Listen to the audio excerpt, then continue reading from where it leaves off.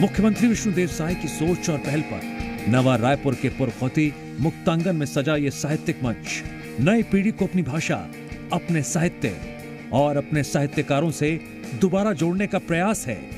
तेजी से बदलती दुनिया में जहां युवा आधुनिकता की चमक में अपनी जड़ों को भूलते जा रहे हैं, वहीं ये उत्सव याद दिलाता है कि नई सोच तभी मजबूत होती है जब पुराने विचारों की जमीन पर खड़ी हो।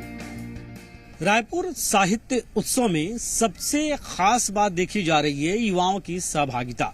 बड़ी तादाद में यूथ यहाँ पहुंच रहे हैं, बुक स्टॉल है वहां पहुंच रहे हैं, किताबें खरीद रहे हैं, अलग अलग जो डोम लगे हुए हैं, अलग अलग जो मंडप बनाए गए हैं उन मंडपों में पहुंच रहे हैं। संवाद हो रही है, परिचर्चा हो रही है, कथाकार आए हैं, लेखक आए हैं, साहित्यकार हैं, कला संस्कृति की बातें हैं, नाटक का मंचन हो रहा है। इसको देख रहे हैं, जान रहे हैं, समझ रहे हैं और सीख रहे हैं। सरकार ने रायपुर साहित्य उत्सव के जरिए एक अहम कोशिश की है कि युवा तेजी से बदलती आधुनिक दुनिया में तकनीक और ट्रेंड्स के साथ आगे तो बढ़ रहा है, लेकिन इसी दौड़ में अपने साहित्य, अपने लेखकों और अपनी बौद्धिक विरासत से दूर होता जा रहा है। ऐसे समय में रायपुर साहित्य उत्सव केवल एक आयोजन नहीं, बल्कि सोच को दिशा देने वाला मंच बनकर सामने आया है।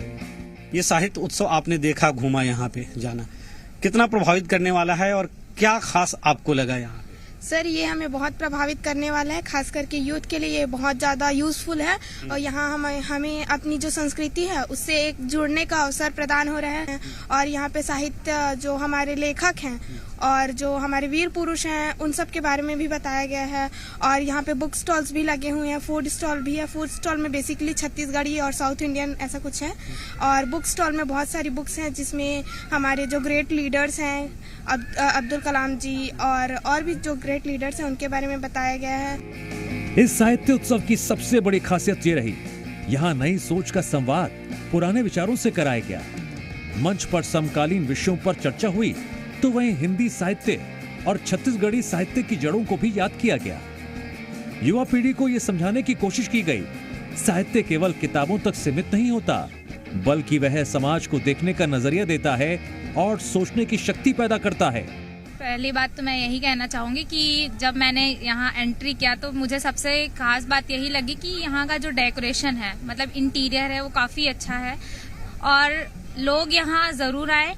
मुझे तो बहुत ज्यादा अच्छा लगा। ये जो उत्सव हो रहा है ये छत्तीसगढ़ गवर्नमेंट ने पूरा ऑर्गेनाइज किया है, जिसके एंट्री फ्री है और जो यूथ को यहाँ पे जरूर आना ही चाहिए, क्योंकि आज हम देखते हैं कि क्लब है, डिस्कोथेक्स है, लिकर शॉप्स है, वो वहाँ यूथ जा रहा है। उसके बजाय जो है यहाँ पर लोग आए, देखें, अपने कल्चर को समझें। कार्यक्रम में साहित्य को बोझ नहीं बल्कि संवाद का माध्यम बनाया गया। युवाओं को ये बताया गया जिन विचारों से आज का समाज बना है उनकी नींव साहित्यकारों ने रखी थी। रायपुर साहित्य उत्सव ने यह साबित किया कि परंपरा और प्रगति एक दूसरे की विरोधी नहीं बल्कि पूरक हैं।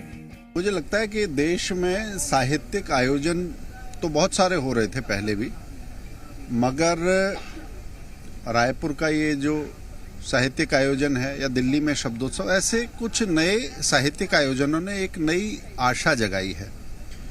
आशा इस मामले में जगाई है कि इस राष्ट्र का सही विमर्श, सही स्वरूप, जिसे लोग जानना चाहते हैं या जिससे जुड़ाव महसूस करते हैं, वो लोग यहाँ पर अनुभव कर पा रहे हैं। इस आयोजन के जरिए सरकार ने संकेत दिया कि केवल विकास के आंकड़े ही समाज की दिशा तय नहीं करते, बल्कि विचारों का विकास भी उतना ही जरूरी है। नई पीढ़ी को साहित्य से जोड़ने का मतलब है उसे अपनी संस्कृति, अपने मूल्यों और अपने इतिहास से जोड़ना। ये बहुत अच्छा आयोजन किया गया है। यहाँ पे बेसिकली सबको आना चाहिए। छत्तीसगढ़ की संस्कृति को यहाँ बताया गया है और साथ ही साथ बुक का संग्रह है, जो कि बुक प्रेमियों के लिए या किताब प्रेमियों के लिए एक अच्छा जगह है। ये लगता है क्या कि रियल लाइफ जो है उससे ये रियल लाइफ ज्यादा अच्छा है? नहीं, जाहिर सी बात है, रियल लाइफ ही ज्यादा सही है, क्योंकि मैं भी साहित्य का छात्र हूँ, तो मेरे लिए एक विशेष रुचि रहा यहाँ पर आने का।